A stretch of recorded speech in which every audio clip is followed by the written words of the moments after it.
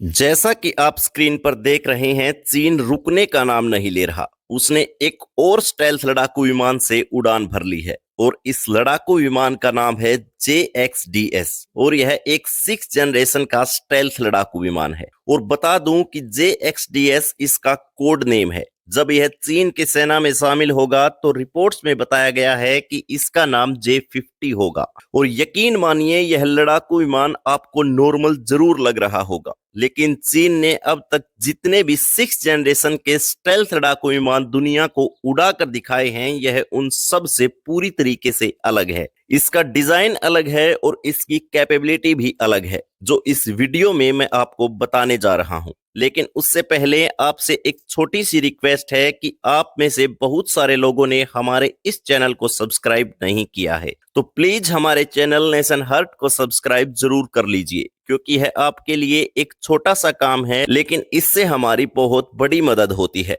खैर, शुरुआत करते हैं JXDS की खूबियों से। तो देखिए, जो बाकी के स्टेल्थ लड़ाकू विमान हैं, उनके मुकाबले यह लड़ाकू विमान बहुत ही कम हथियार ले जाने में सक्षम होगा। जहां चीन ने वोरिएंट एम्परर बनाया है या बाकी के जितने भी लड़ाकू विमान बनाए हैं, वो एक तरीके से बॉम्बर कैपेबिलिटी के साथ आते हैं। उनका काम है ज्यादा से ज्यादा हथियार लेकर जाना और साथ में स्टेल्थ कैपेबिलिटी भी बनाए रखना। उसके जो स्टेल्थ करैक्टर हैं वह खत्म ना हो पाए, इसको भी इंश्योर करना। लेकिन यह लड़ाकू विमान बिल्कुल अलग कैटेगरी का है। यह 6th जनरेशन फाइटर जेट तो है ही, लेकिन इसका मेन काम दुश्मन पर मिसाइल बरसाना नहीं, बल्कि दुश्मन के लड़ाकू विमानों को टक्कर देना और उन्हें हवा में कॉम्बैक्ट करके उनसे युद्ध करके उन्हें मार गिराना है। और इसीलिए आप देखिए, इस फोटो में जो लड़ाकू विमान के टिप पर विंग्स हैं, इसके यहाँ पर एक तरीके से एरोडायनामिक एफिशिएंसी बनाने के लिए इसमें डिजाइन चेंजेस किए गए हैं। ये आपको थोड़े से झुके हुए लगेंगे, आपको विंग्स इसकी वजह से इस लड़ाकू विमान की जो एरोडायनामिक एफिशिएंसी है वह बहुत ज्यादा बढ़ जाती है। और उससे भी खास बात, इस लड़ाकू विमान की जो मनोवर करने की क्षमता है वह तो नेक्स्ट लेवल पर पहुंच जाएगी। क्योंकि आपको बता दें कि ज्यादातर जो स्टेल्थ लड़ाकू विमान होते हैं, उनकी मनोवर करने की क्षमता इतनी अच्छी नहीं होती। इस लड़ाकू विमान को स्पेशली डिजाइन ही इसलिए किया गया है ताकि इसकी मनोवरेबिलिटी बहुत ज्यादा बढ़ जाए और यह सबको बीट कर दे हवा में और हर एक लड़ाकू विमान को एयर टू एयर कॉम्बैक्ट में हराए। इसलिए ये भले ही अपने साथ मिसाइलें कम लेकर जाए, लेकिन डिजाइन चेंजेस की वजह से ये दुनिया भर के लड़ाकू विमानों को छकाने की क्षमता रखेगा। वहीं यह भी दावा किया गया है कि जो इसके विंग स्पैन है, यानी कि जो इसके विंग्स है ना, उसमें जो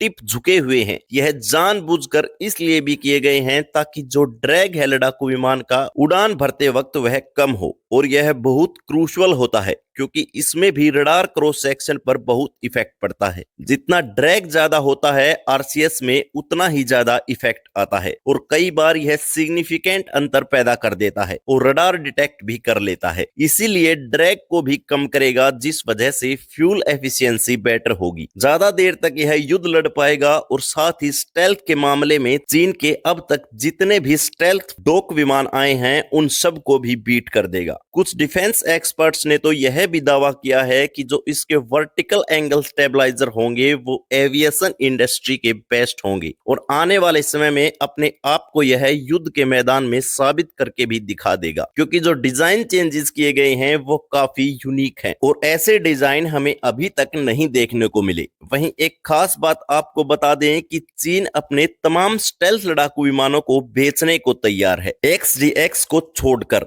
इस लड़ाकू विमान को जब एक्सपोर्ट करने की बात आती है तो चीन चुप्पी साध लेता है, जिससे पता लगता है कि चीन को अपने इस लड़ाकू विमान पर कितना ज्यादा गुमान है। लेकिन एक बात ध्यान में रखिएगा, जो भी मैंने आपको यह खासियत या खूबियां बताई हैं वो विजुअली, यानी कि जो लड़ाकू विमान उड़ाकर दिखाया गया है उसे देखकर उसके डिजाइन चेंजेस को समझकर ही आपको बताई गई है, या फिर चीन ने जो जानकारी दी है उसके आधार पर यह एनालिसिस किया गया है। एक्चुअल में लड़ाकू विमान कैसे परफॉर्मेंस देगा, यह तो हमें सेना में शामिल होने के बाद ही पता लग पाएगा। लेकिन आप कमेंट करके बताइए कि आपका इस पर क्या मानना है। जय हिंद, जय भारत, धन्यवाद।